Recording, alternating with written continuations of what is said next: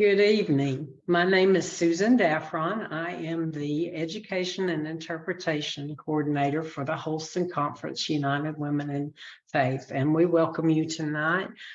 We have an exciting evening planned for you. As you saw, 154 years ago, 8 women had a vision, and that vision is alive today, and it is the core of our existence, mission.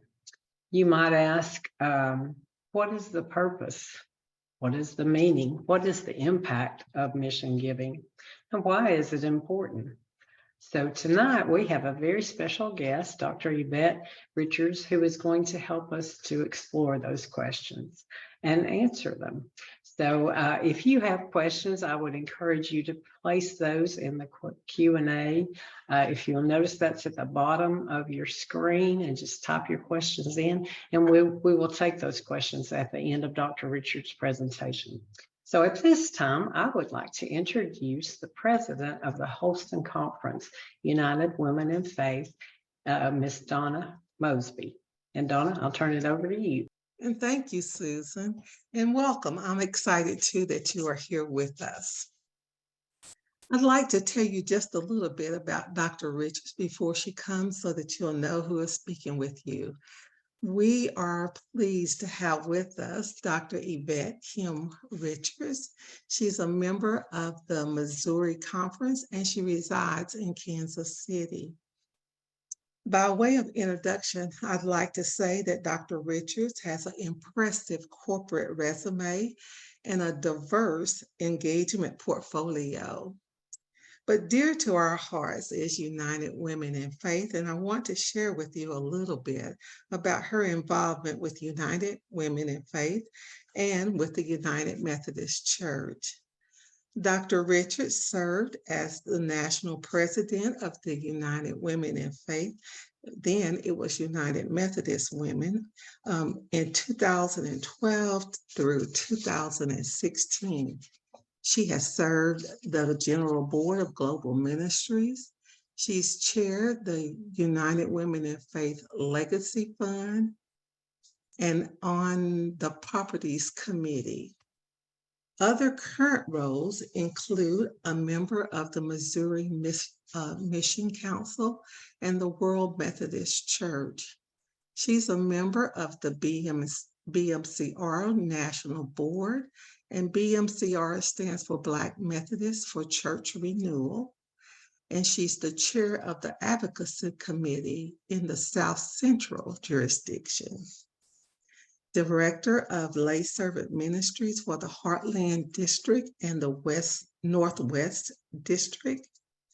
Additionally, she served in several leadership roles within the United Women in Faith on the district and conference level. Dr. Richards is certified in coaching, leadership, training, and speaking, and is self-employed as a consultant.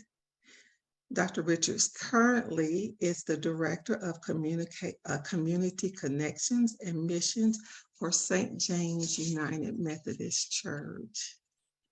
And I would be remiss if I did not say that she is a 33 plus year member of Alpha Kappa Alpha sorority. Join me in welcoming Dr. Yvette Richards. Thank you, Donna. It is such a pleasure to be here with everyone. I first must put on my timer because I told the ladies and Reverend Tim I could talk about United Women in Faith all night, but they have given me a time frame and I don't want to go over that. So I just want to say thank you to the Holston Conference, thank you to Donna and to Susan, who has put together a remarkable evening that I get to talk about my heartbeat, and that is United Women in Faith.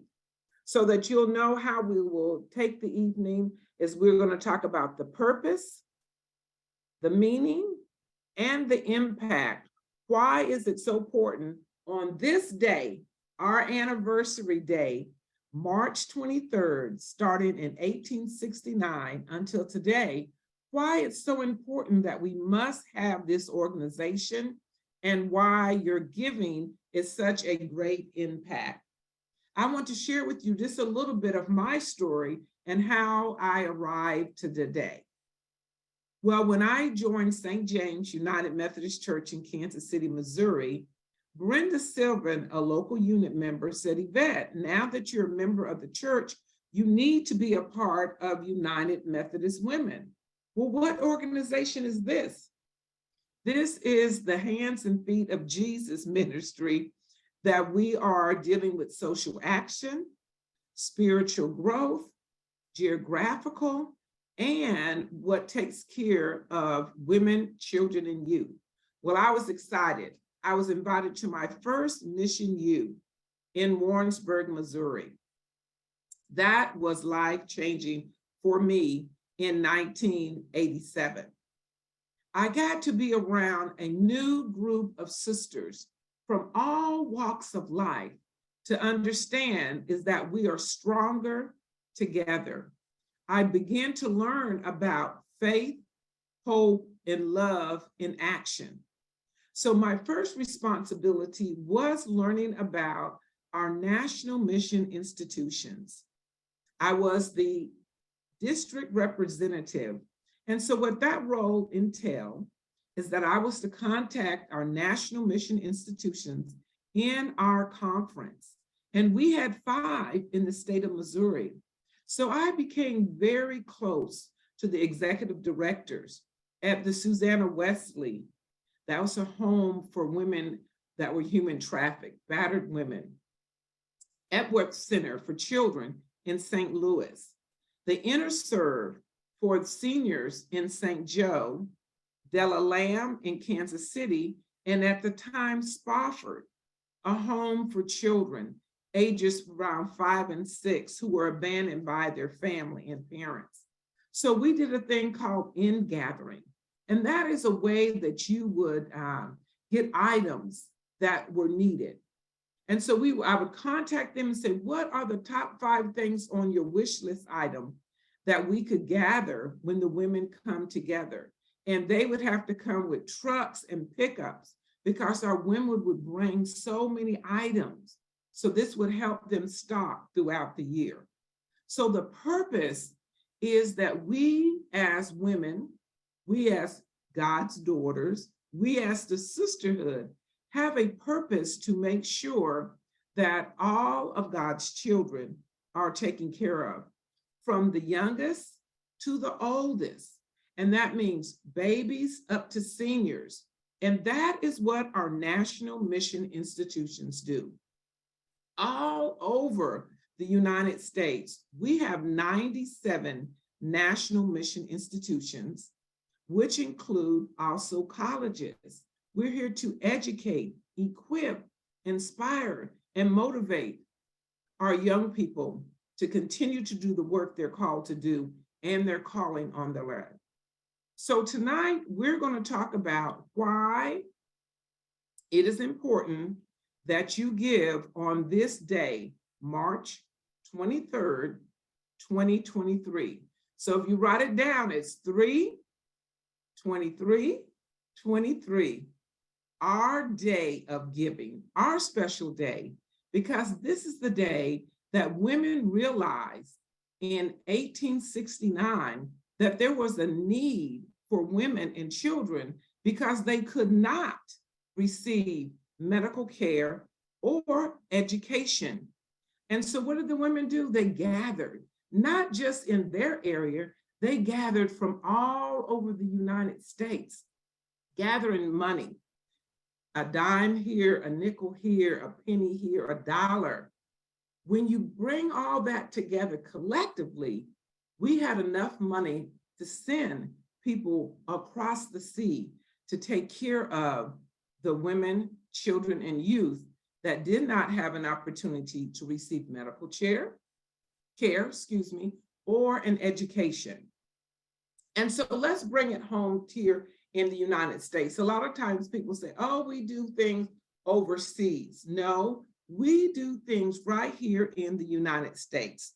So I want to share with you some of the firsthand experiences that I had by visiting 47 of our national mission institutions. Well, since we're talking about the Holston Conference, let's start right there. There's two right in the Holston Conference. One is called the Beth, which is the United Methodist Neighborhood Center in Chattanooga, Tennessee. Now, I have traveled through Chattanooga quite a bit, driving from Kansas City to Stone Mountain or on into Savannah, Georgia, where my parents lived there. This area and this community center is for the neighborhood. That's why the word neighborhood is part of their title. It's called the Beth. This is an area where people will receive love, hope, opportunity, and inspiration. Now, right up the road is Knoxville. And there we have the Wesley House Community Center. This is an area where people can come and receive direct care, direct coverage in terms of being covered by prayers, opportunities. And those are just two in the Holston Conference. Now, I'm going to share with you some of the impacts that you ladies have already made on the lives of women, children, and youth. And when I was thinking about this, I said, Lord, I want to make this exciting and fun. So I'm going to take you on a journey that I went on, and some of the things you're going to be nodding like, okay, Yvette, I could see you doing that. And some of them I want you to see the impact of lives that were made right in front of my face. Well, I'm going to start with the most funniest one that happened at the Toberman Center in California. Now, this is a center that's right in the heartbeat of an area where they say that it's violence, bars on the windows, police drive-bys, but right in the middle is the Toberman Center, where it's a safe haven, a refuge where children after school can come and have tutoring.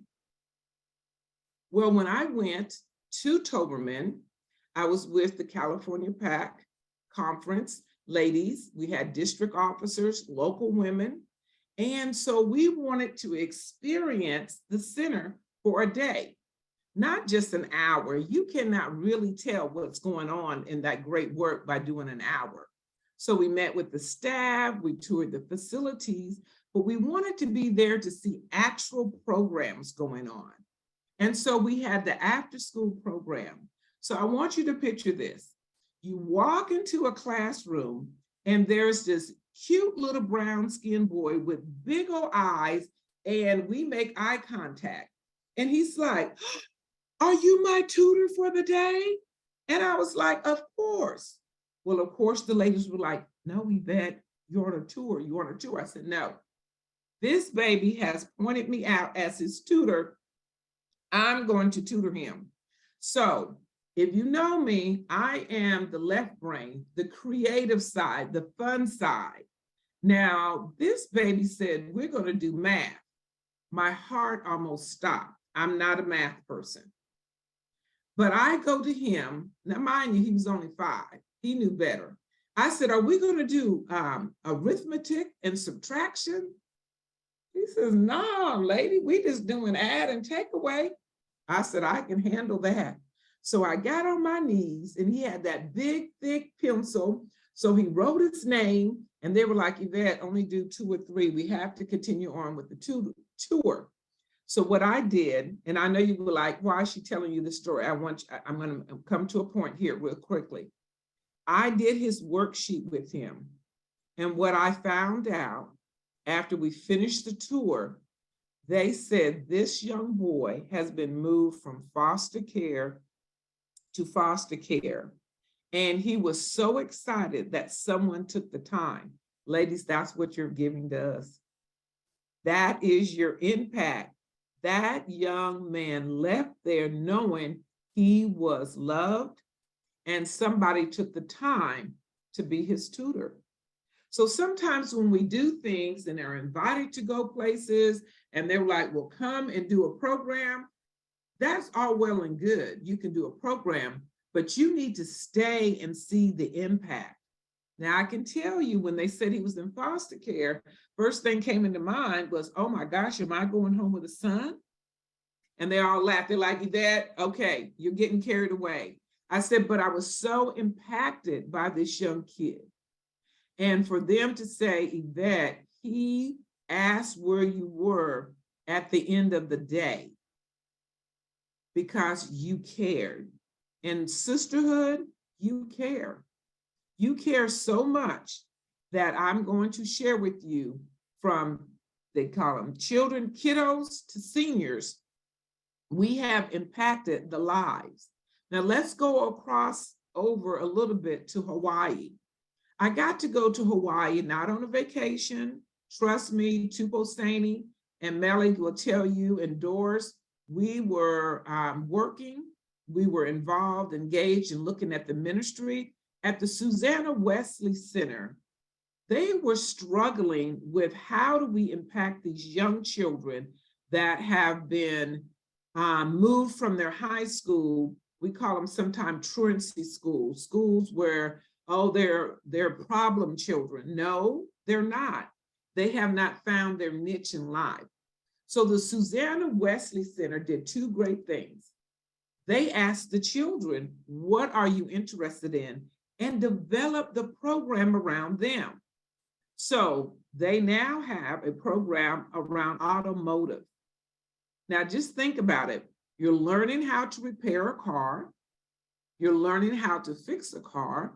So when you graduate, you will be able to get a job at a body shop.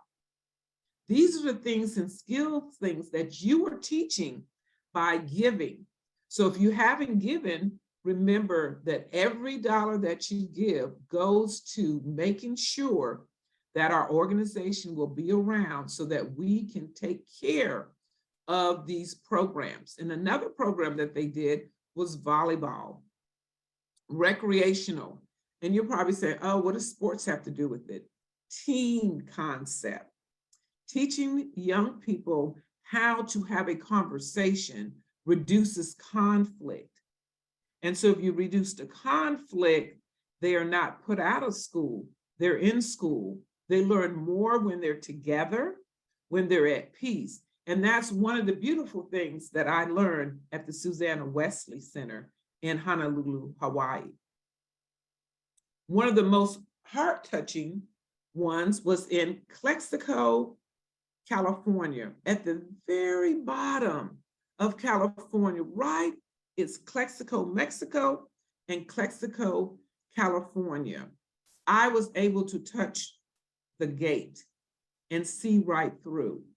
But what I learned there is that we have a facility there that is a safe haven for women that come out of domestic violence coming across the border. While we were there visiting, we received a call and they were like, Yvette, you have to go right now. I was like, you know, what's going on? They said, we have a young lady who's just been rescued. She stayed overnight at the fast food restaurant. In this particular fast food restaurant, it's open all night, especially if they have a person that escapes from Mexico. And then they told her, if you get to the UWF house, there is hope. So they rushed me over there and I was able to sit across from her and we were both weeping because she was saying, I did it. And I was so grateful to the United Methodist Women at this time, that was the name, that you were able to help save me. And then so her children were already over in the United States, but she had to devise a plan how to escape from her husband who was abusive. And she did. And because of your giving, ladies, yes, you were able to save her life. And then she was able to make sure her daughter that was ill was able to receive the surgery, and she was there to be with her. So the impact that this organization has made on lives is 24/7, 7 days a week, 365, 366 on leap year. And you're probably saying, Yvette, there's no way. Yes, there is. Because we have some of our national mission agencies that take children, our babies that are in a situation where they can't live at home. Cornerstones of Care decided in Kansas City to take Spofford and other agencies that deal with children that have no place. Just think of yourself at 5 and 6 years old, just abandoned. Where do you go? You go to a place that is supported, funded, and cared for by United Women in Faith. Your money has done this, and I have seen firsthand where these children get the treatment from trauma to mental to physical health treatment to make sure that they're okay. I bet you didn't know this. Margaret and David Home in California is a home that learned from the legislators that the aging out of foster care at 18, they will give you $250 and say, good luck. Now, who can make it on $250 at the age of 18? So Margaret and David decided that we're going to use part of our property to take care of the young adults until they're 25. And not only take care of them, but provide educational training for them to how to do a budget, how to write a job resume, how to interview. And so when it's time that they will have the skills, the experience necessary to get a job and to be able to live on their own. That's the impact that you're making, United Methodist Women. Back then, but now, United Women in Faith. Now people are like, oh, Yvette, you changed the name. What are y'all doing? If you will not believe this, when my grandmother was a part of this organization, she was born in 1898, joined Taylor Chapel in 1907, a part of the WSCS. I never once heard her say anything or was concerned when we went from that to United Methodist Women. So we could and shouldn't be concerned from going from United Methodist Women to United Women in Faith. You know why? Because our purpose stays the same. We are here and called by God to take care of women, children, and youth. You've heard us say, turning faith, hope, and love into action. Well, if you've been on the website lately, you'll see the words that are prominent right now: faith, action, and sisterhood. Well, let's talk a little bit about that. Our faith is rooted in the word of Jesus Christ. We all have an assignment that God has given us.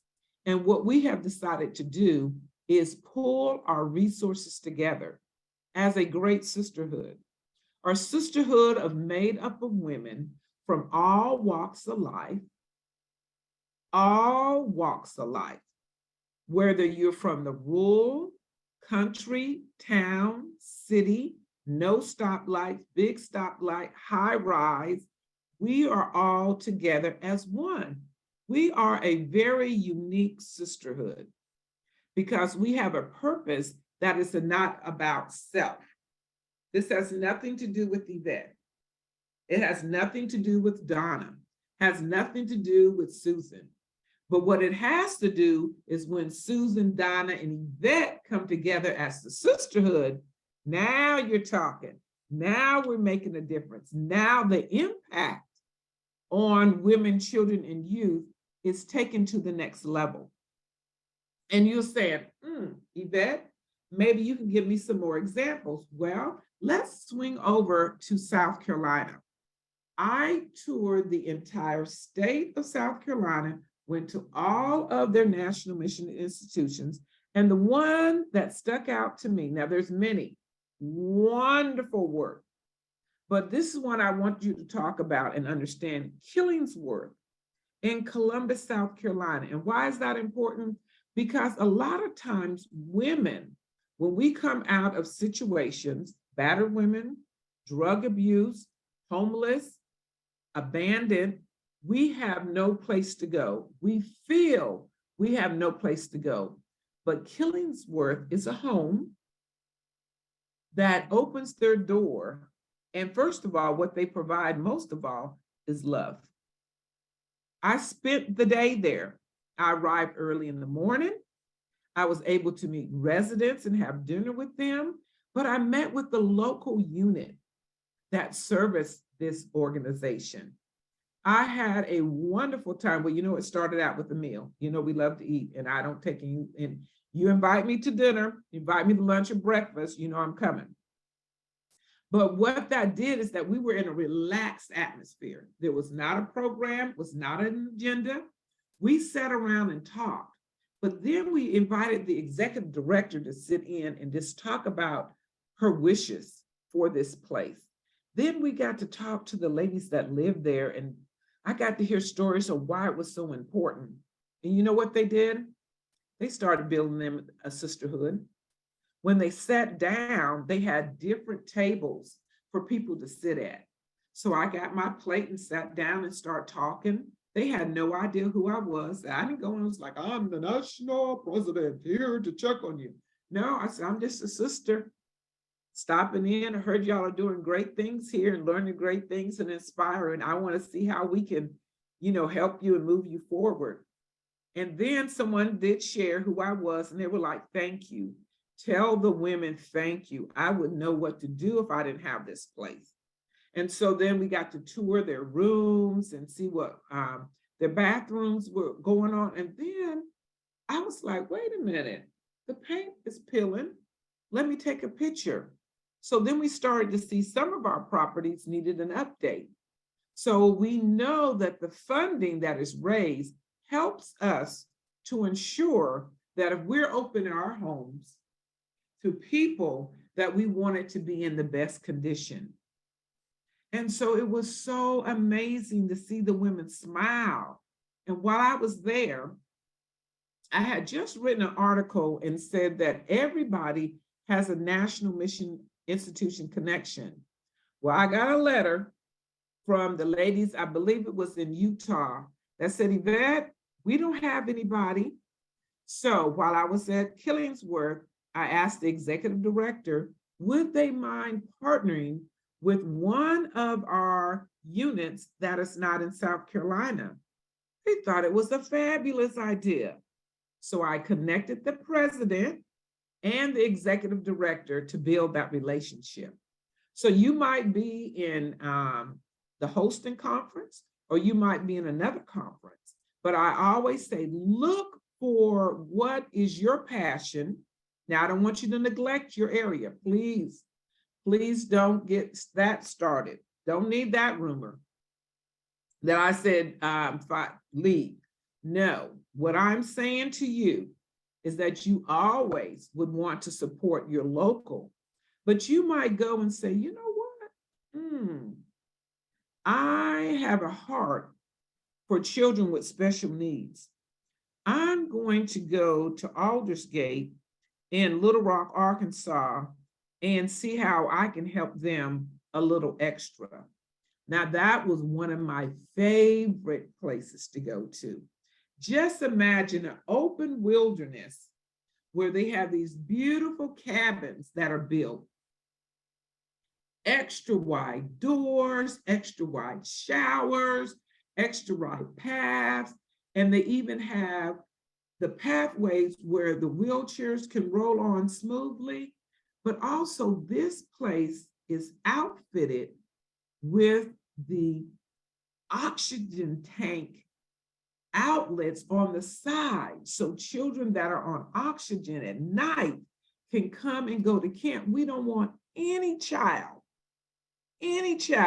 not to experience the opportunity to be with other children, to have fun, to understand the wind blowing on your face when they're doing the outside in the chair. And this is what your money does. Oh my gosh, my heart was just leaping with joy when I walked through the cabins to see how big they were and how they were building more spaces, because the children are realizing I might have special needs. I might not be able to walk and I'm in a wheelchair. I might be on a walker, but I can go to camp. I can go to summer camp. I hear my friends talking about it. There's a place sponsored by United Women in Faith in Little Rock, Arkansas. And it's because of you, my sisters, that you have been able to give. Now, let's talk about giving. A lot of times we think, oh my gosh, I can't write that big check. But what I can do is that every month I can be a part of the Legacy Fund and do 1869. Sometimes you don't even miss that 1869. That could be a meal out. That could be for those people that get the Mocha Lotta double tall grande double shot espresso. You can tell I don't drink because I said it all wrong at Starbucks. But if you go ahead and go to the legacy page of United Women in Faith, and if you do that, you would be able to sign up and do 1869 a month. 1869.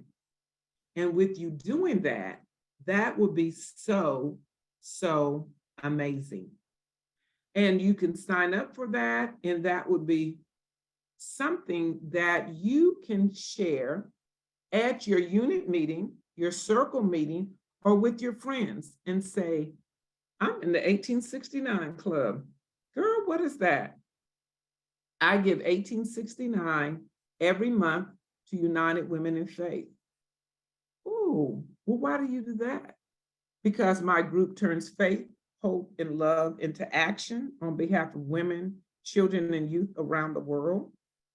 I've been talking about what we do in the United States. I haven't even bridged going out of the United States, but there's so many programs that we do outside the United States as well. We have regional missionaries, and the money we give will allow us to continue building the relationships, offering opportunities, empowering our women that live outside, that are entrepreneurs, that want to learn, want to know, want to grow, want to be equipped. And we do that because we are what? United Women in Faith. So I want you to understand the heartbeat of our organization is our membership. And our membership responsibility is to ensure that we take care of my sister. Am I my sister's keeper? Yes, we are. We are our sister's keeper on so many levels. And by mission giving a minimum of 1869 every month, you can sustain that.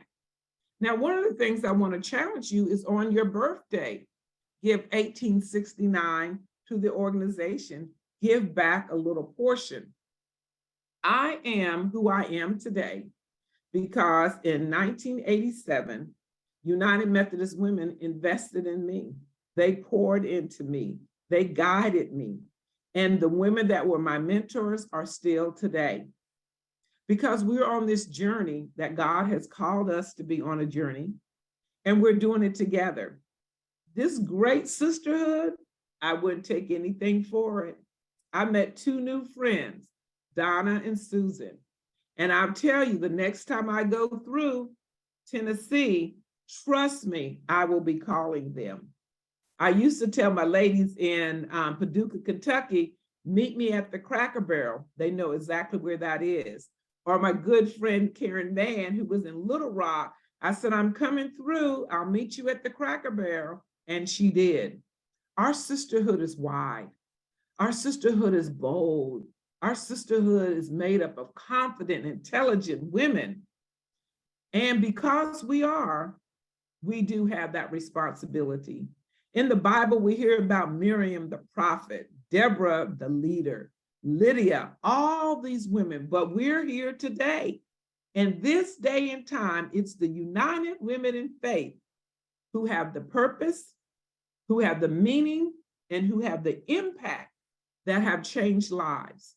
And we change them daily.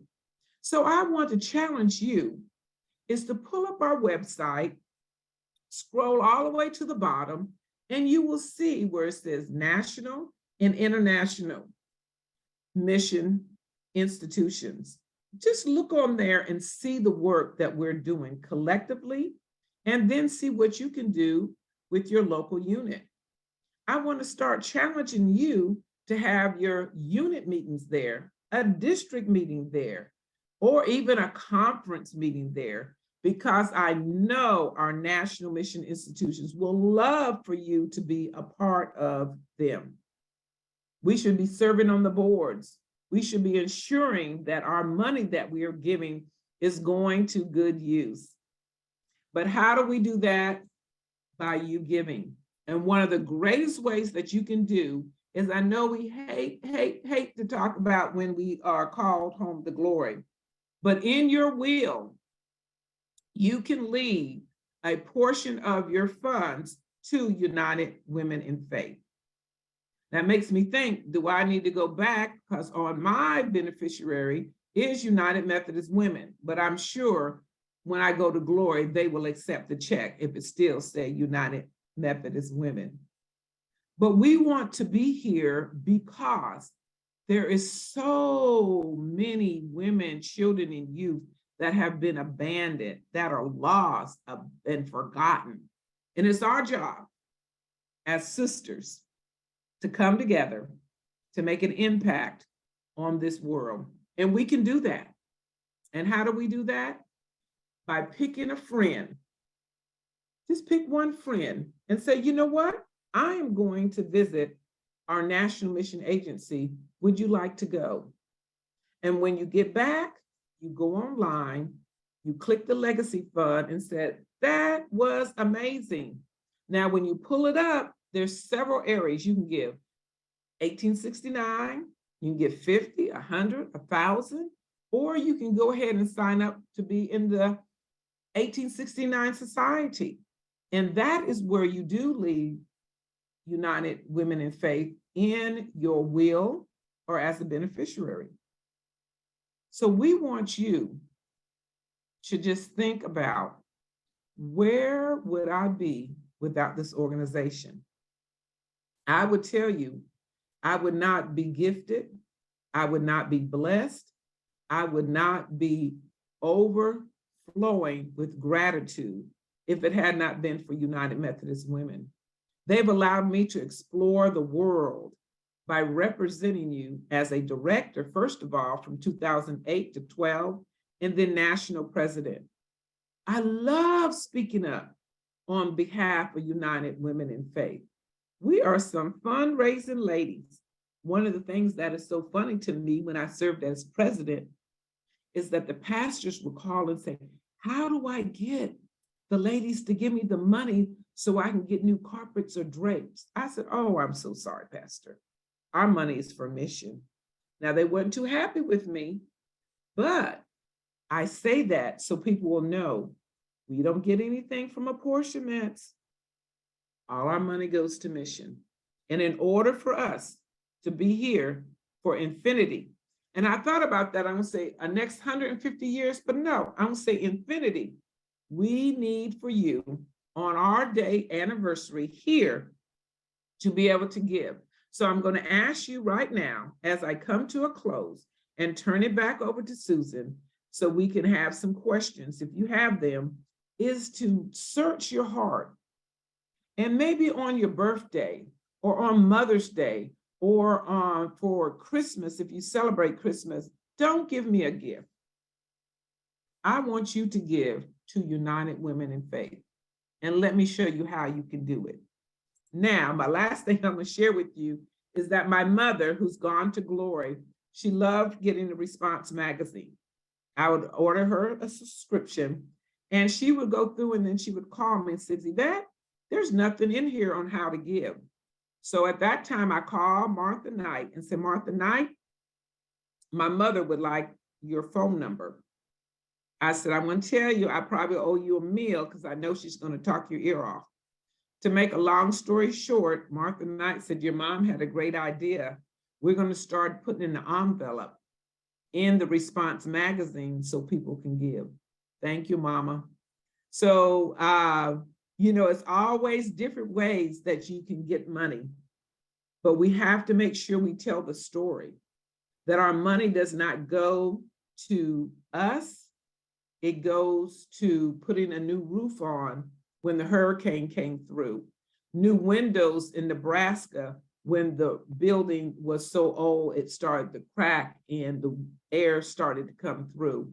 It gave us an opportunity to put boilers in Savannah, Georgia, heating system. It gave us, I think that was the devil trying to mess with me. The power just went off over here. So I'm sorry, but I was just telling you at the end, where some of the things that you probably are saying, where does my money go to? Just giving you a few highlights.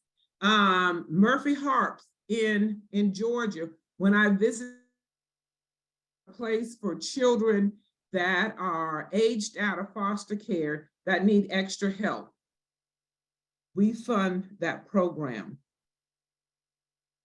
We fund that program. Ladies, there are children out there that have been abandoned. At 16 years old, think about that. You've been put out your house. You have nowhere to go. But guess who loves you? United Women in Faith. And we have made spaces all around the United States and different places and different spaces. And you're saying, okay, you talked about the children, you talked about the youth. What about our seniors? We have special programs. One is in Serve in St. Joe that helps our seniors that need help with Medicare and Medicaid applications. They're doing their taxes. So there's a time where you're able to come to the center as a senior to have a person to come through and walk with you, your taxes. When I was at the Bethlehem Center in South Carolina, there's a program there, this is so unique, that the seniors come to the Bethlehem Center for the children that come for the aftercare program. So seniors have like the adopted grandparents program. This is so unique because we are taking care of two age groups, the littles, the kiddos, and then the seniors. They have found new life, new joy. Because some of the seniors was like, all I do is sit at home. But now they have a space to come to and to be a grandparent, to have love from little children.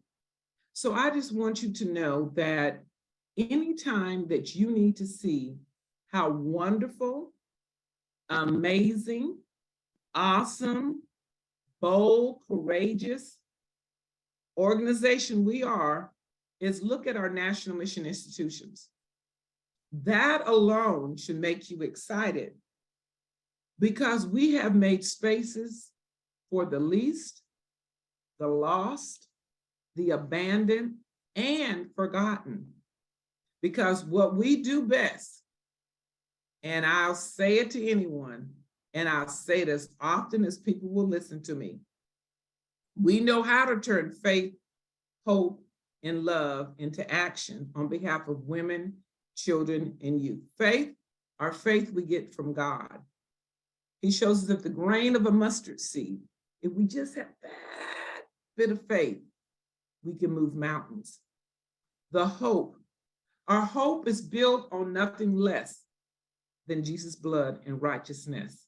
To have hope is to give somebody an opportunity that it's going to be all right. And the greatest of all is love. No greater love than a man laid down his life. And that's what we do. And we do that by bringing our sisterhood together collectively, individually, on this day to make sure that United Women in Faith is here for infinity. It has been a joy. It has been a blessing to share with you the purpose, the meaning, but more so the impact that United Women in Faith provide. In the Holston Conference, you are doing a magnificent job. Congratulations and happy anniversary, United Women in Faith.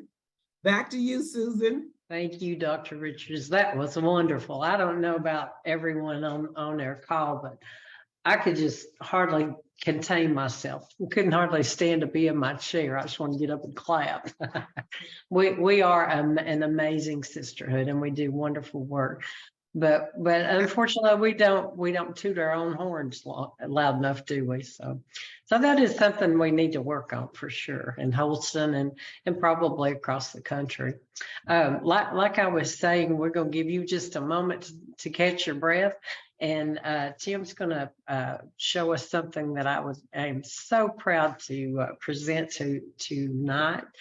Tim, if you'll put that QR code on, and we'll talk about that. All right, and many of you all are very familiar with a QR code. It is a quick response code. The way you use that is to open your cell phone. If you've got a smartphone, open it up, go to your camera, point toward the code. You do not actually take a picture of it. You just point toward the code, and it will come up with a yellow box. And then you take your finger and you click on that yellow box, and it will go directly to mission giving. And you can hit the donate button and follow the commands from there. And the most exciting thing I would like to announce today is that the Holston Conference has a QR code. And we are just very pleased to be up in the 2023 section instead of the 1950s. So we are very excited about that. So if you are interested in donating tonight, you can do that. You can click on that QR code that is shown on your screen and just follow the directions. I'm not a real tech savvy person, but I was able to do it and had no problem. So if you want to try that tonight, you can, or just make a picture of it and you can do it later. All right, and then let's see if we have any questions. Let's see, I actually had one for Dr. Richards. We'll go into our question and answer session now. Dr. Richards, when you were helping the lady to get to safety across the border, did that involve the legal authorities, or how did that actually work? Okay, well, thank you for asking that question, and I am so glad that you guys have that QR code, and I know it works. That's awesome. What I was in Plexico, like I said, was at the bench. We received a phone call and said that there has been a lady that's rescued. We need to go. So when I talked to them, what they indicated to me is that the legal team was not involved at that time. She got word. I don't know, I'm not going to call it the underground, but she got word that if you get across the border, and I believe it's called, I think it's Shake and Steak or Steak and Shake restaurant there. She got there, and someone there told her, if you can get to the UWF house, you'll be to safety. And so they didn't give me too many details. They just took me there. They drove me there, and they told me what door to knock on, and it's an apartment complex. And that whole complex is women that have been rescued. Wow. Wow. That is phenomenal. I wonder, I don't know that they probably do keep records of how many people they help. Yeah, we have records on all of that. They keep the records so they will be able to show. And matter of fact, I met with the team prior to that, where they were talking about how do they expand and continuing to make space for people that have been rescued. because when they bring their children over, and the Clexico Community Center now has an opportunity in this space to make room for them to be in the classroom for education. Wow, that's wonderful. That is wonderful. And good to be a part of that, just to know I know our mission money. people, they know me, I'm Friday, because they were like, she's what? She's wait a minute, hold up. I mean, it was just like, you know, go right now, come right now. And I was just like, okay, I'm coming right now. So when they said, okay, go up these steps and knock on whatever the door was. And then there was a United Women in Faith, or new name, well, back then, United Memphis Women, member of the Plexico team. And they came in and it was a translator there, and they were translating. This is, you know, she's with United Methodist Women, and this is part of their program. And so we wanted you to see firsthand. And so that's why the in gathering is so important, because she came across the border with what she had on. Like many times when women are leaving a domestic violence or a shelter, it's the clothes on their back. And so they were like, okay, let's see what we have. Her from, you know, toothbrush, toothpaste, soap, deodorant, all those things that are needed. That is why we ask for in-gathering. Because people like, Yvette, y'all asking for a lot of soap. Well, there's a lot of people that are in need. And so when you see that, you know, you want to go back, you want to give more, you understand the reason why we ask for these things, why things are stocked up. And so it was just like she had been trying to leave for a long time. It wasn't until her husband got, excuse me, to take her passport back, because he would take it every night. Yeah. And so he had gotten drunk, and when he got drunk, and so she had a plan. And as soon as he passed out, she had her stuff, and then she would get over. What people go through, and her children had already escaped and were here. Correct. The children were already gone, and that was a blessing.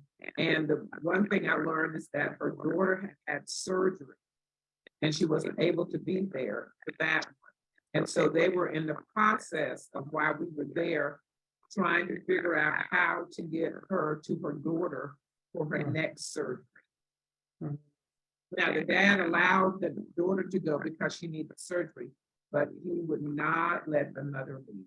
Very abusive to her, leave her. And so they were getting her to treatment, get her checked out by a doctor and see what she needed.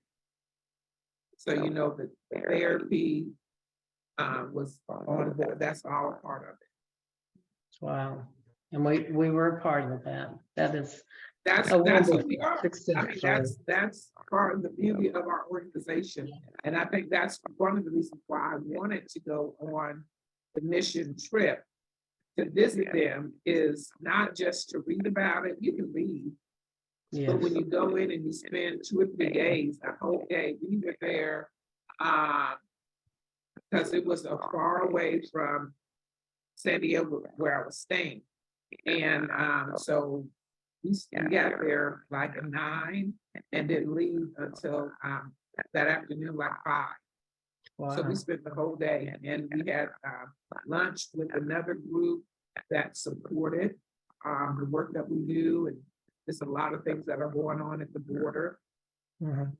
So very interesting, very impressive, and very proud of our organization. Yes, indeed. Yes, indeed. Well, I know I have seen on TV the horrific sign, you know, people in those cages, and I just ache. My heart aches for those babies, you know, that we are caging.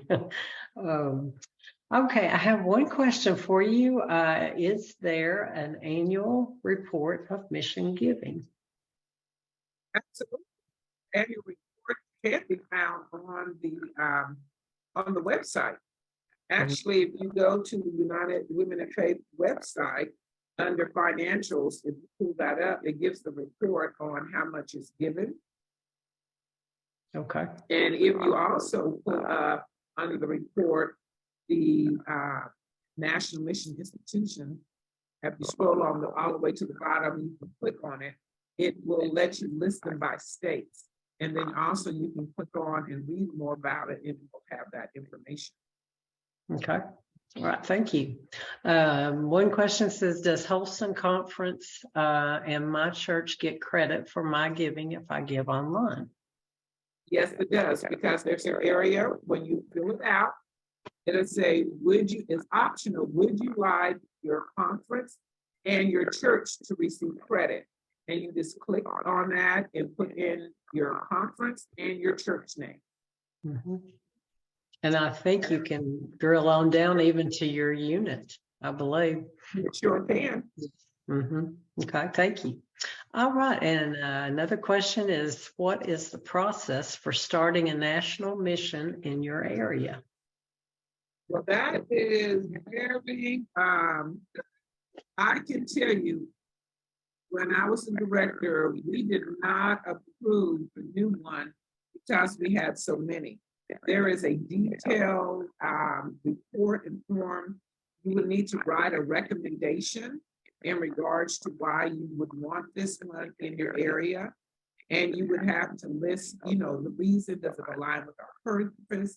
Does it align with our mission? Does it align with our vision? And then once you submit that to the national office, then they will send you back a list of questions and things more detailed about the organizations that you're submitting. Because there might be one in your area that is already doing that type of work. And you might do some collaboration or partnership with them. But I would say if there is one that you can think of that you do not see that is addressing the needs, they are always welcome to submit a recommendation that will go to the board of directors. Okay, thank you. Thank you. All right, if you have any other questions, you're welcome to put those in the Q&A. Dr. Yvette, tell us what has been, I guess, the most joyful thing in your journey through United Methodist Women and now United Women in Faith. What is the one thing that has brought you the most joy? Wow, you want me to pick Susan? I would say one of the things that has truly been amazing, just one, is standing on the floor or on stage at General Conference when we announced that we went from Women's Division of General Board of Global Ministries to United Methodist Women, our own organization, and celebrated 150 years at General Conference. And that resolution and everything that we had submitted had passed. That is one of the highlights, I can truly say, that the church did recognize our organization and we became our own independent organization. That's one of the true highlights. And I gotta give another one, it's the sisterhood. You just can't beat it. Everywhere I go, and people say, Yvette, how do you know someone in every state? United Methodist Women at that time. And you would laugh about that, but when I worked for State Farm, I was a disaster adjuster, and we would travel, and I would travel with these 3 guys that were on my team. And it came to the point is that they would say, Yvette, I took a picture with my Polaroid. I passed by a United Methodist Church, and on their marquee, they're having a UMW breakfast. And so I brought you the picture back in case you wanted to go be with your sisters. I talked about our organization so much that they knew what UMW stood for. they knew. And then taking vacation, because we had regional school back then. We had Mission U training, all of that. They would say, when do you have to go for your training? So I won't take vacation. And so I just loved them guys for that, because they knew how important it was for me to go to the trainings, to be asked to be a regional school study leader. And we would go in New York in January, why, when it was minus 10 degrees, but we would do that. But it's the fact that people can just see the love that I have for the organization, and then they start to love it.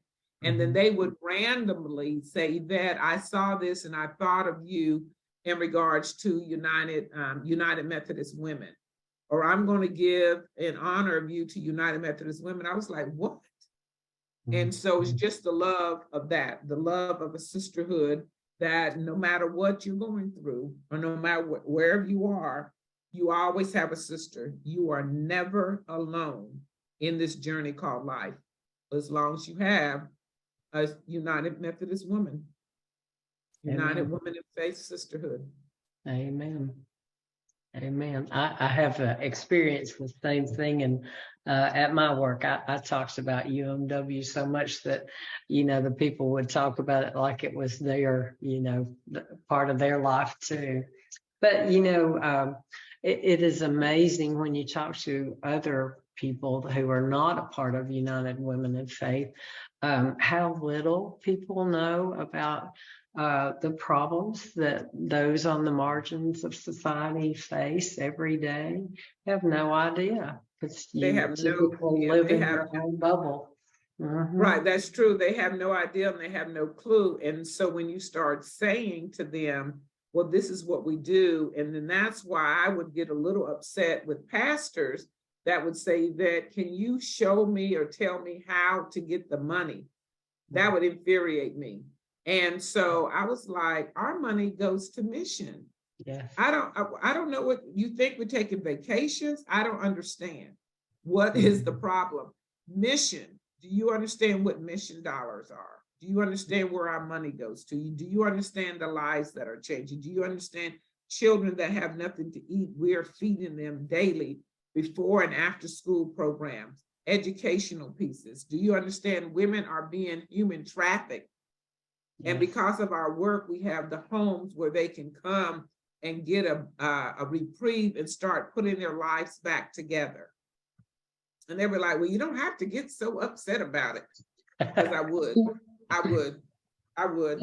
I've been told that myself. Yeah, I would. And I was like, well, don't ask me about that. Yeah. Don't ask me about how to use our mission dollars that our women, and I tell people, I said, it's not a person writing a big check of like, here's $5,000, go out and do whatever. No, these are women that are saving maybe $1 a month back then. Maybe that's $10 a month now, or $50 a month, and turning it in to their local unit, who turns it into their district, to the conference, and on up. When I broke my arm, my therapist, my physical therapist, this arm, when I broke my wrist and fingers, I was doing that, and I looked back, and on the back of her desk, she had labels that she was making, like little apples. And I was like, oh, are you a crafty person like me, left-brainer? She said, well, I'm working on this for my grandmother. She is getting ready for their bazaar. I said, oh, well, what is she selling? They do apple preserves. The money they collect goes to their mission. And I said, wait, I was like, oh, well, what church does she go to? She said, oh, you probably don't know. It's a small church down there. It's, I think she's at some UMW. I said, oh, your grandmother, who you are preparing these labels for, are part of UMW? She said, yeah. I said, okay, didn't say anything. I went home and got 5 response magazines, because she said her grandmother has 5 members. And I the next day I came in, I said, take these to your grandmother when you take her those labels.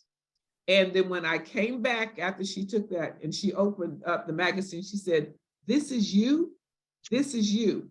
She said, my grandmother was like, this is your patient? She's our leader, she's our leader. And I just smiled. She said, well, tell me more about the organization. I know my grandmother's I've been making labels for her for years. I had no clue what the money went to. And so it's like, we know our story, we take pride in our story, but we need to figure out how to use the story. Yes. How to tell the story and not be ashamed, because we do the work and keep on going. You know, we don't need press release. But I think that's the one thing is the more we talk about it, the more we tell it, the more people understand it, and the more people that want to be involved, the more people that want to be involved with us, because people have to understand you don't have to attend a United Methodist Church to give. Right. You don't have to attend a United Methodist Church to be a member in this great sisterhood. Correct. Very good. I have another question for you. Can you talk about the options for mission giving versus where it's needed most? Well, when you do mission giving and like the legacy fund, that goes into the endowment. And so our goal in the endowment is $60 million. So that is an endowment that money will continue to grow and build. And so we would be able to use this funds down the road. As an example, if I get it right, in 1890, a lady left us $40,000. We are still using the interest that off of that $40,000 in helping like the Nebraska Home for Boys when we replaced all their windows. That was very expensive, but the interest that was on that money is still being used. So you can give, if you do designated giving, that goes to one cause. And so I'm not saying don't give it that way, but if you give it in the way that it can be invested and then used for the purpose that is set forth by the directors and the staff, that alleviates what we went through when I was national president. Martha Knight and her team were geniuses. But what they did is so many people left us like over 300 different endowments and designated giving. They had to go to the state of New York and figure out how does that align with the programs that are of today. And so there's stories of them having to go to seminaries to see if there's headstones, find obituaries, just to make sure. So that's why we moved everything to an endowment. So it's easier to be able to put the money, have it invested, and use it in the areas that are most needed. And I hope that answered your question. If not, you can put back in the chat and I can try to go explain a little bit more. Okay, thank you. Thank you. Would you encourage women to do a mission moment during every gathering? Yes, absolutely. And the reason being is that we have so many opportunities and so many things that we have done that people have no clue the amount of funding it takes to keep an organization running and to be able to do the work and take care of 97 mission agencies, mission institutions, and that's just in the United States. I'm not talking about outside the United States where we give millions of dollars for women to be entrepreneurs, to take care of orphanages, to buy supplies in order to create their sewing business or have a bakery or things of that nature so that they can provide a living for their families. Absolutely. And I think it would be a balance. And using your prayer calendar, oh my gosh, if that's not the most amazing thing ever, your prayer calendar is what you can use to really showcase because it has a message in there from like our regional missionaries. Now, these are women that live in that area, that know that area, that are invested in that area, who inspire the women who are there to help them to make sure they achieve their goals and mission and the vision that they have for that area. And it's so different everywhere. You can't do the same thing. There's not a same thing program for United Women in Faith, except it's called National Mission Institutions, which we support that, but each one caters to the community that they're in and the need for that particular community. Yes. We have, my local unit has done Zoom meetings with different missions through COVID, and we have just thoroughly enjoyed that. We have, because it's become real to us. The things that they face are so different sometimes than what we face, but we all face things together in different ways, and we can learn. Right, I think correct. You can learn, and then it shows the compassion. Yes, that's one thing that we have as United Women in Faith. Yes. We have the compassionate heart that we're willing to listen. And then we are thinking, how do we help you solve the situation that you're in? Now, we might not be able to write you a check and say, oh, go do this, but we can put you in a program that we have that will teach you how to honor your money, how to get you back on your feet, how to get you in an educational program so that you can get your GED, you can go on to college, you can be successful, you can live on your own, and then you come back. And one of the things about Open Door, one of our national mission institutions that's in Columbus, Georgia, I love them because what they did with their board of directors is they have women who have gone through their program successfully and are successful in life and have put them on the board as board members because they can speak to what is taking place. Wow. Firsthand knowledge, correct. So it's so important, that mission moment. I'm so glad whoever asked the question to do the mission moment every time, absolutely. It is key and critical to keep our focus of what we do in front of the membership, because if they talk about it, somebody can overhear them, and then they'll be able to share it with somebody and might get somebody else excited to say, hey, I want to be a part of that. Wait a minute, you guys are doing what? I want to be involved in that. Exactly.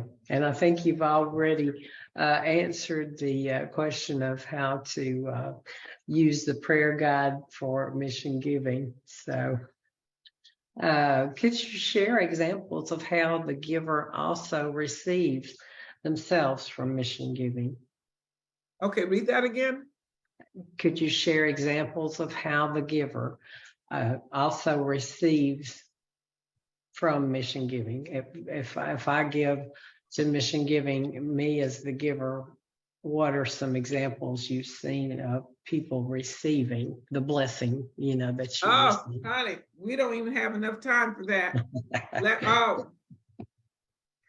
I'm just trying to tell you, every time I went and visit one of the National Mission Agency, I was so moved, and it showed me, that's why I'm so passionate about this organization, and people have to understand, and I fight for us, is that my life is blessed because I know that God has showed me himself through the work we do at National Mission Institution. Just in San Francisco, the two homes there, the center, both of the homes deal with human trafficking.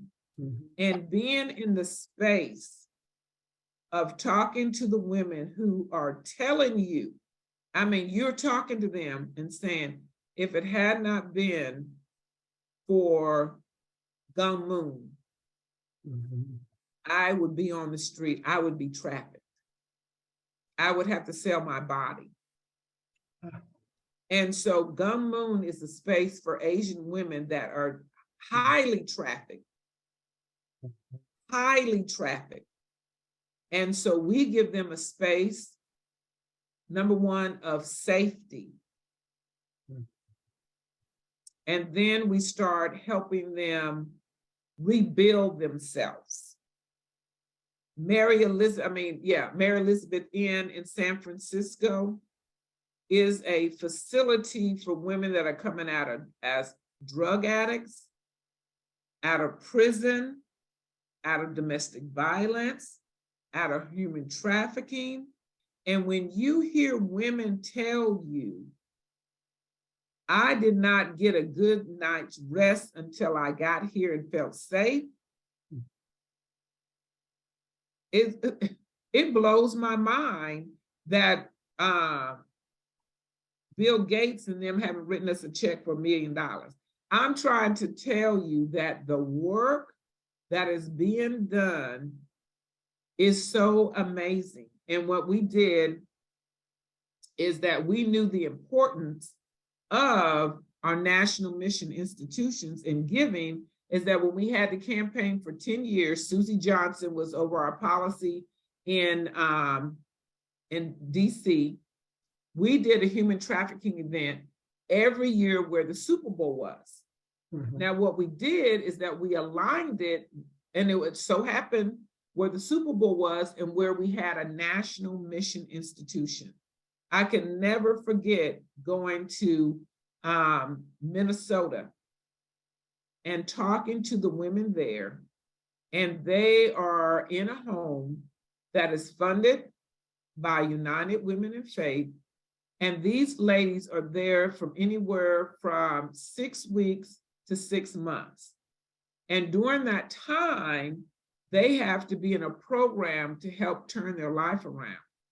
They are so in love with us that they have 2 units of United Women in Faith on their property.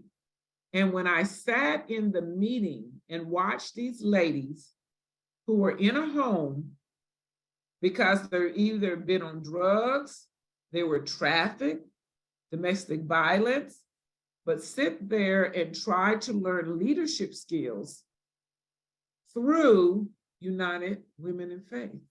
It's a beautiful thing.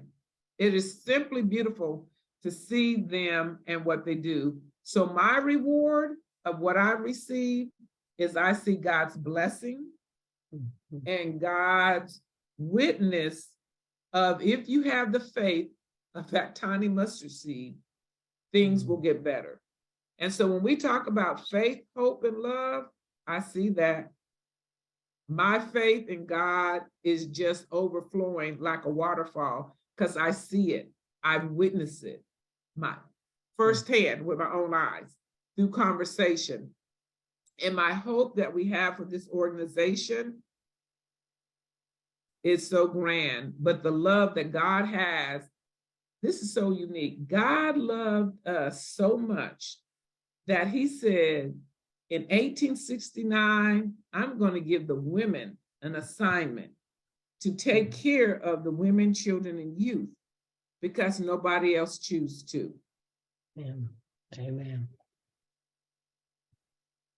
So true, so true. I'm doing a Bible study for Lent, and we're talking about the women that Jesus said, you will be my messengers. And I tell everybody, Mary Magdalene, that's yes, my sidekick. I mean, yes. when you think of the greatest, we're coming up on Resurrection Sunday. Everybody talks about resurrect. Okay, you go to the tomb and he's gone. Nobody knows. I always say Mary Magdalene was a United Woman of Faith because, you know, we rise early and check on our friends. Amen. I said she was a United Methodist woman. I can tell you she was. You cannot tell me she wasn't. Because we check on our friends, and she went to check on her friend Jesus. And Jesus said to her, tell them I'm alive. So the greatest message that you receive is I'm alive. And who does it come from? Okay, that's all I don't know what else to tell anybody. You've said it all. Jesus did it, not me. He said it to Mary Amen. Magdalene. Amen. Yes, yes. And that's what I want our women to get. Mhm. That God thinks we're special, so why don't we think we're special? Mhm. So that's what we have to get through our women, that Yeah. we are special. We are important. He feels that we are victorious. We're visionaries. We're leaders. Mhm. We inspire, we motivate, we encourage. And so once we start getting that down into our souls and our system, our membership is going to grow. Our membership is going to understand that this is my way to be able to impact the least, the lost, and those that have been forgotten. Mhm. So what I want to say, sisters, the Holston Conference has done a fantastic job to make space available for us to be able to give. So what I'm going to ask you is, in honor of Donna and Susan, I want you to make a gift of the 1869, because you have two outstanding leaders who is doing something different, who is stepping out boldly. But also, I want you to do this. Reverend Tim Jones, who's been our tech, has been working with us. I want you to do 1869 in honor of him, because pastors are also members, but that doesn't mean all pastors support us. But this pastor, the head of communication for the Holston Conference, has many things to do, but he took time out to have training sessions with us, a preview session with us.